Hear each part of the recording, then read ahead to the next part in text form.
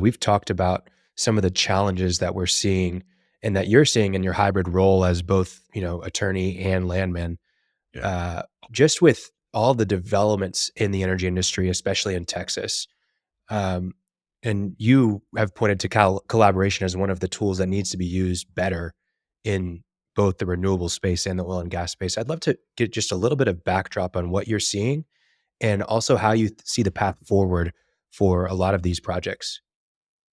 Yeah. And I think we talked about in some of the prep discussion about um, the need for and the value in collaboration. And in that particular conversation between solar development and oil and gas in Texas, what we are seeing is concurrent development in a lot of areas where there's either existing lease rights that an oil and gas company has to perpetuate existing production, and then also with their held acreage, uh, prospectively looking at future development. And some of these surface tracts are going under lease to solar developers that want to develop almost the full balance of the surface for solar energy. And, these two interests are, politically sometimes very adverse to each other.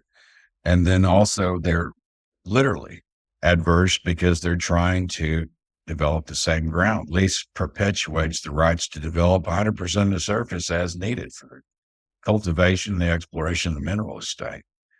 But the surface owner also has the same rights to maximize their revenue by leasing it for solar development. And what do we do when the two meet? And we certainly have seen in the last 2 years a lot of benefit to exercising and trying to cultivate a collaborative effort early on when these two uh, energy industries meet. We represent both in different capacities, both land and legal. And it's an interesting collision. That's the best thing I can call it. There's very little law, there's very little guidance. In fact, it's a script that we get to write however we want to. And the more positively our penmanship, I think the better the results. Exactly. But as far as the collaborative effort, this has really become, as much as we may not like it, and these are both powerful industries, and we're not always prone to acquiescing in anything outside of our own wheelhouse. But that doesn't really produce any very good results for either side, certainly not for the owners of the mineral and surface estate, who should be our primary objective. Yeah, I find that landmen find themselves in at least today's land business in the middle, right? As a Yeah, landman, you may be working for an E&P company your entire career and be working for them presently, but also be supporting other energy companies, in the alternative space, whether it's solar or battery storage, yeah, CCUS projects. And what we found is there's a skill set that landmen have where they can help either party understand the business case, understand and maybe prevent things from happening. Best way to prevent a fire is not let it start. And so yeah. the more we That's find right. ourselves educating renewables companies on how do oil and gas companies operate, how's their site layout, and I get a ton of questions from our E&P clients. Hey, how do these guys go about their solar development? I get calls all the time. This is coming from clients, so they're getting approached all the time from solar developers that really are ignorant to the E&P's operations, and the E&P is ignorant to the solar development operations. So we find ourselves oftentimes trying to tell the story on both sides and helping try to come to a more collaborative relationship, a more proactive conversation between these companies, I think is prudent. And I think that's where you can see the best opportunity for success on both sides, which ultimately Right. helps the landowner, which ultimately helps the mineral development in the long run. Yeah. Um, I couldn't agree more with what you just said. And one of the tools that we've developed, um, I remember you mentioned yesterday when we were going through some early stage development of today's podcast, the earlier the better. And the earlier you can get into a collaborative setting, the better. And if we're working on behalf of a solar company, And usually that's in either identifying the mineral and working interest of state. And once we've done that, trying to be the first point of contact and outreach to start negotiating surface use, which can be developed in a lot of different ways. It's really a conversation that can't be avoided of just meeting on the ground. And hopefully everybody says, well, I want to put my hardware here. I want to put my hardware here. And if they're the same spot, then that's where the creative discussion begins. And before we have even reached out to an E&P company, after we've identified the boundaries of their leasehold, we prepare a geological assessment. Whether it's what they show internally or not, it's very irrelevant. It's just to really show the gestures. As we've pulled well logs from all of the offsets.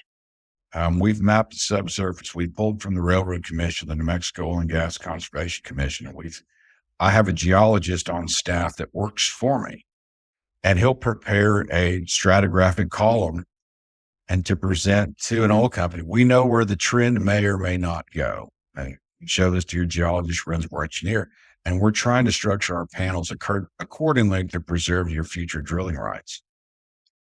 Whether that ends up being the final product or not is really immaterial. What it's shown is we're coming into this primarily concerned first and foremost, to the extent we put up our own money, to make sure your rights are protected. And that just invites reciprocal behavior. Exactly. It's very difficult for a DMP company to plant their feet once you've done that strategically, is to come with an olive branch to some extent. And listen, we've already put a great deal of diligence because we understand this is going to be really problematic. That has been received. I've had 100% success so far. Now, we haven't inked up agreements. It's still challenging, but I've invoked narrative and conversation 100% of the time with that. Once you lead with that understanding, rather than here's where our solar panels are going, sign off on this waiver so we can move on down the road, which unfortunately has been used a great deal by even clients that we've represented. Yeah, unsuccessfully in large part. Yeah, that's not going to fly in the state of Texas or anywhere else. Yeah. I mean, there are enough challenges with getting for the example, we're using a solar development to construction as it is. Tremendous challenges, whether it's takeaway capacity, or insurability, all the things that get in the way, financing.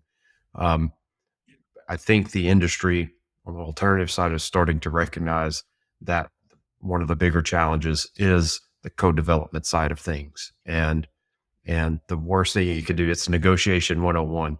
If you walk in the door and upset someone or insult someone's time or waste their time or insult their intelligence, boy, you've got an uphill battle.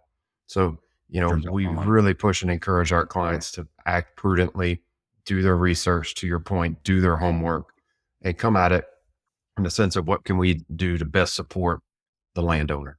What can we do to best support your desire and need, absolute need to make money? And then how can we fit in that and make money as well? These are business to business transactions. And, it's not always about dollars and cents. How much can I pay you to get out of the way?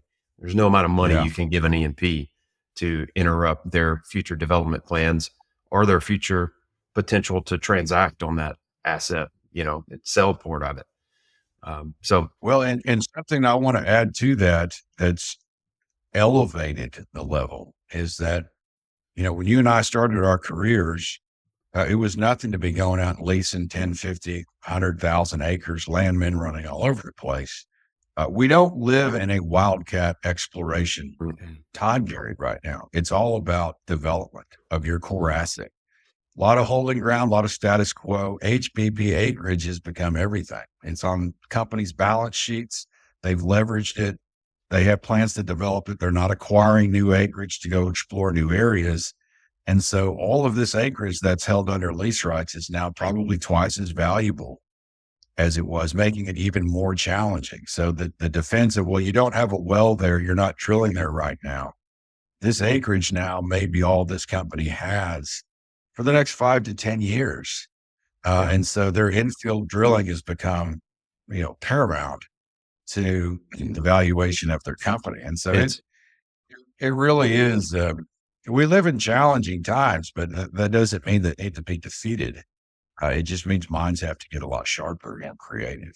They do, and that's where the value of experience in these kind of negotiations and understanding the true value. I mean, we've all seen the cost of a defected asset in an oil and gas due diligence situation.